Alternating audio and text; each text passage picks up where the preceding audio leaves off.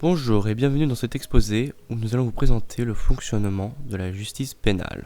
Dans cet exposé, nous allons voir qu'il existe 3 catégories d'infractions classées selon leur gravité.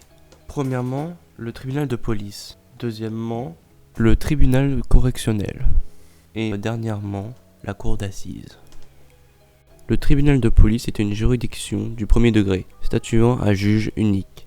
Elle juge les contraventions. La contravention est une catégorie d'infraction pénale. Elle est sanctionnée uniquement d'une amende ou de peines complémentaires, comme la suspension d'un permis de conduire par exemple. Le tribunal de police est la formation pénale du tribunal d'instance. Pour vous donner une petite idée de comment fonctionne le tribunal de police, imaginez cet homme conduisant sa voiture se fasse contrôler par un policier. Il écope alors d'une amende et donc est redirigé vers le tribunal de police. Il sera jugé par un juge seul, unique, et aura sa sanction. Passons désormais au deuxième tribunal, le tribunal correctionnel. Ce tribunal est composé de 3 juges, le président et ses 2 assesseurs. Le ministère public est représenté par le procureur de la République ou l'un de ses substituts. Un greffe est également présent à l'audience. Ses fonctions sont exercées par un greffier du tribunal de grande instance.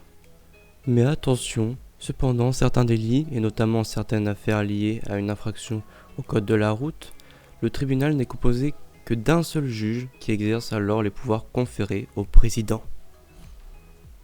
Lors d'un débat au tribunal correctionnel, le président ou l'un des assesseurs constate l'identité du prévenu et donne connaissance de l'acte ayant saisi le tribunal. Il constate également s'il y a lieu, la présence ou l'absence de la personne civilement responsable de la partie civile ainsi que des éventuels témoins.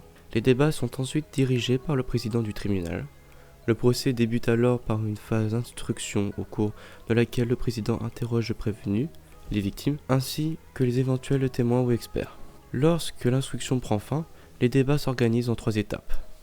Tout d'abord, la partie civile, par l'intermédiaire de son avocat, intervient en premier afin de présenter une demande de réparation du préjudice qui lui a été causé. Par la suite, la parole est ensuite donnée au procureur de la République qui prend alors ses réquisitions à l'issue desquelles il demande au tribunal l'application d'une peine, par exemple amende, emprisonnement, etc.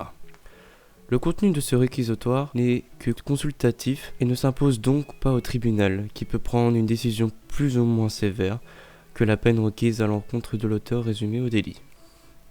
Enfin, le prévenu, ou son avocat, présente sa défense. La partie civile et le ministère public peuvent répliquer, mais le prévenu ou son avocat auront toujours la parole en dernier. Cependant, il est possible de faire appel du jugement du tribunal correctionnel dans un délai de 10 jours à compter de son prononcé. Nous arrivons maintenant au dernier tribunal, la cour d'assises.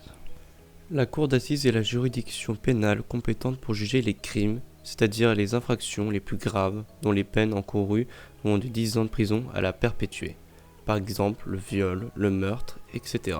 Pour cette raison, elle fait l'objet de règles d'organisation et de procédures particulières, notamment dans sa composition. Contrairement au tribunal correctionnel chargé de juger les délits, une cour d'assises n'est pas composée que de magistrats. La cour est en effet composée de 3 juges professionnels, le président et ses 2 assesseurs, auxquels s'ajoutent 6 jurés tirés au sort.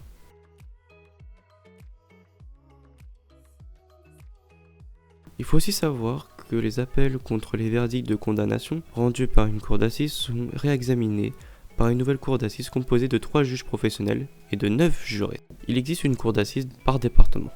La cour d'assises siège en principe au chef-lieu du département ou au siège de la cour d'appel s'il y en a une dans le département.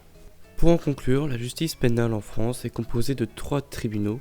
Le tribunal de police qui juge les infractions les moins graves, on les appelle contraventions. Le tribunal correctionnel qui juge les délits, et enfin, la cour d'assises qui juge les crimes, les infractions les plus graves. Voilà, l'exposé prend donc sa fin, merci de m'avoir écouté et regardé, en espérant vous avoir bien montré le fonctionnement de la justice pénale en France.